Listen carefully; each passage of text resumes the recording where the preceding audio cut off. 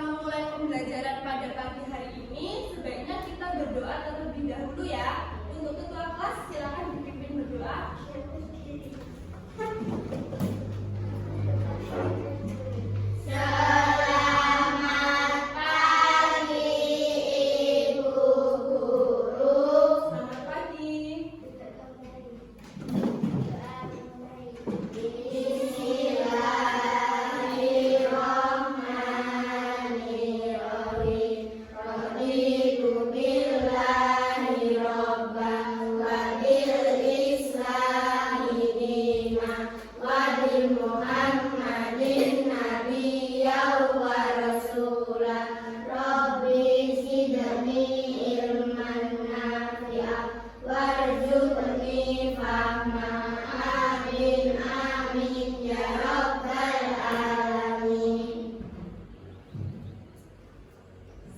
Baiklah anak-anak, silakan berdiri terlebih dahulu.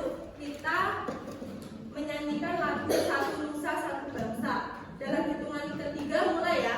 1, 2, 3. Satu nusa, satu bangsa, satu bahasa kita. Tanah air pasti jaya untuk selama-lamanya. Indonesia pusaka, Indonesia tercinta, nusa bangsa dan bahasa kita bela bersama. Boleh duduk kembali. Apa ada yang tidak masuk hari ini? Ya. Ya, sekarang coba ibu absen dulu ya. Abida, apa masuk Abida? Abida hadir. Arjuna, Masuk, Ayumi. masuk. Berarti sudah hadir semua ya pada pagi hari ini.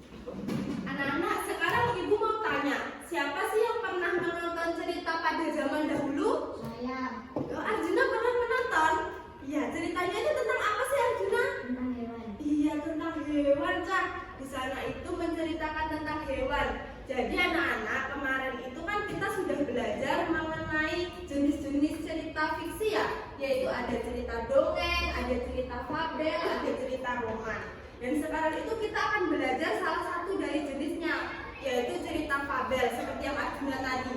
Cerita fabel. Apa sih tujuan dari belajar cerita fabel ini? Jadi yang pertama itu kita dapat mengetahui apa sih pengertian dari cerita fabel, apa struktur cerita fabel, dan unsur pembangun dalam cerita fabel.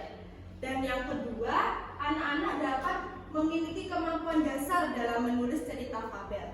Sebelumnya ibu mau tanya, apa sih cerita fabel itu? Apa? Ada yang tahu? Jadi ibu jelaskan ya. Jadi cerita fabel itu adalah cerita yang perwatakannya itu digambarkan oleh hewan.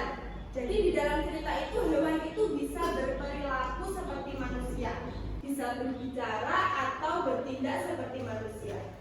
Ibu catatkan dulu. Cerita fabel.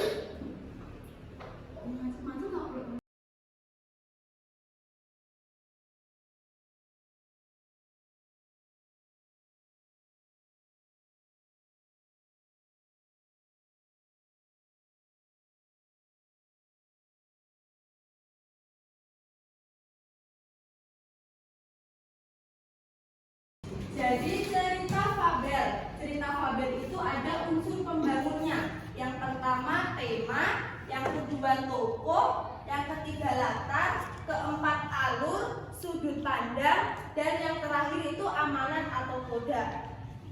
Cerita fabel juga memiliki struktur. Strukturnya itu terdiri dari orientasi atau pengenalan tokoh. Yang kedua itu komplikasi. Jadi tokoh itu ada masalah-masalah yang dialami oleh tokoh. Dan yang ketiga itu klimaks. Masalahnya itu sudah mencapai puncak.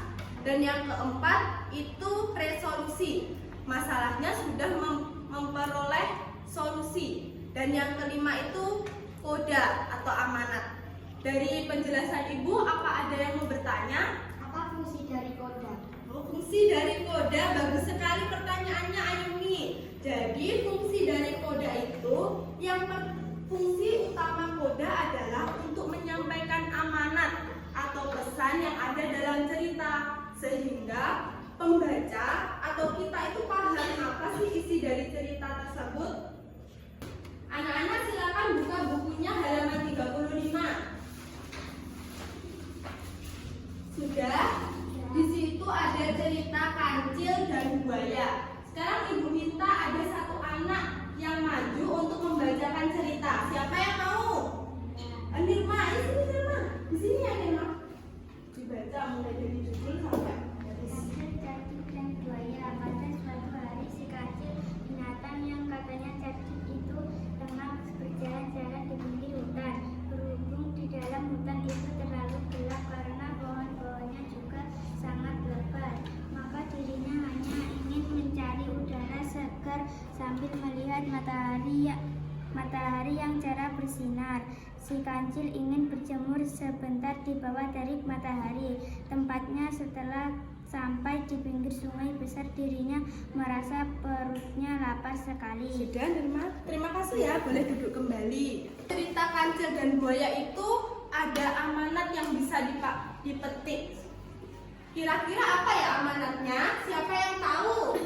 Ya Eka, apa amanatnya Eka? Kita tidak boleh takut menghadapi masalah. Iya anak-anak, kita itu tidak boleh takut dalam menghadapi masalah. Bisa jadi masalah yang kita kira besar sebelum dihadapi, setelah kita hadapi itu ternyata kita bisa melewatinya. Ya, ada lagi yang mau bertanya? Tidak ada? Kalau tidak ada, itu kan di bawah cerita itu ada 5 soal. Silakan ya kalian kerjakan. Ibu beri waktu mulai dari sekarang. Sudah selesai anak-anak? Kalau yang sudah selesai boleh dikumpulkan. Terima kasih ya. Boleh dikumpulkan. Sekarang Ibu minta kalian untuk menjadi 2 kelompok ya. Jadi 4 anak di sebelah kiri ini menjadi kelompok 1 dan berkumpul di mejanya Arjuna ya. Dan kelompok ini menjadi kelompok 2, 4 anak ini berkumpul di mejanya Eka. Silakan berpindah sekarang.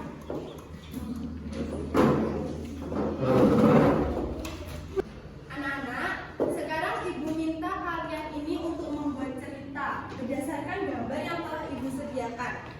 Ingat ya anak-anak, langkah-langkah dalam membuat cerita. Yang pertama itu cermati gambar. Dan yang kedua itu tulis peristiwa-peristiwa penting dalam gambar. Jadi ada peristiwa apa di gambar pertama, kedua, dan ketiga, dan seterusnya. Yang ketiga itu kalian susun cerita tersebut menjadi paragraf atau kalimat. Setelah disusun, kalian baca ulang apakah kalimat yang kalian tulis itu sudah padu. Bisa anak-anak? Bisa. Ya, Ibu bagikan dulu ya.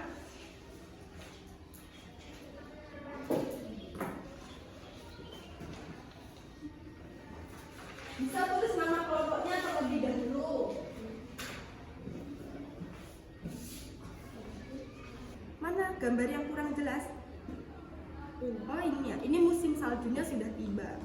Bisa ditulis ya. Dari kelompok 1 sudah selesai ceritanya? Sudah. Kalau dari kelompok 2? Sudah. Dan sekarang Ibu minta perwakilan dari kelompok 1 dulu. Siapa yang mau maju untuk membacakan cerita? Ya, Mila sini. Didengarkan ya anak-anak.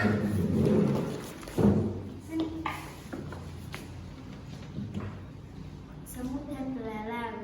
Di suatu hutan yang lebat dan indah, sekawan semut sedang bergotong royong mengumpulkan makanan ke dalam rumah mereka. Dengan bersemangat, mereka saling membantu membawa berbagai macam jenis makanan seperti sayur dan buah yang langsung mereka petik dari sekitar hutan. Ya, terima kasih Nila ya. Tepuk tangan dong untuk kelompok 1. Sekarang kelompok 2. Siapa yang mau maju untuk membacakan? Ardi, sini Ardi. Kelompok ini perwakilan dari cowok. Ayo. Semut dan belalang. Di suatu hutan yang lebat dan indah, sekawanan semut sedang bergotong royong mengumpulkan macam jenis makanan seperti sayur dan buah yang langsung mereka petik dari sekitar hutan. Sudah, terima kasih ya. Tepuk tangan untuk kelompok 2. Hasil pekerjaan dari kelompok 1 dan kelompok 2 sudah sangat baik. Tepuk tangan dulu untuk kita semua. Ya, hal ini membuktikan kalau kalian itu sudah pintar sekali membuat cerita. Hasil pekerjaan ceritanya boleh dikumpulkan di depan. Ke sini.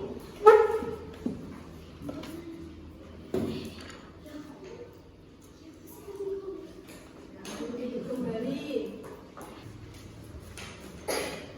Anak-anak, mari kita akhiri pembelajaran pada pagi hari ini. Terima kasih ya atas semangat dan antusias kalian mengikuti pembelajaran dari awal sampai akhir. Ibu mengucapkan terima kasih sekali kepada kalian. Sebelum kita akhiri, anak-anak kalian itu di rumah harus selalu belajar ya. Dibaca itu buku LKS-nya. Dan jangan lupa selalu mengerjakan PR. Nanti PR-nya itu pada halaman 38 bisa kalian kerjakan. Sebelum pembelajaran kita akhiri, marilah kita membaca hamdalah. Alhamdulillah.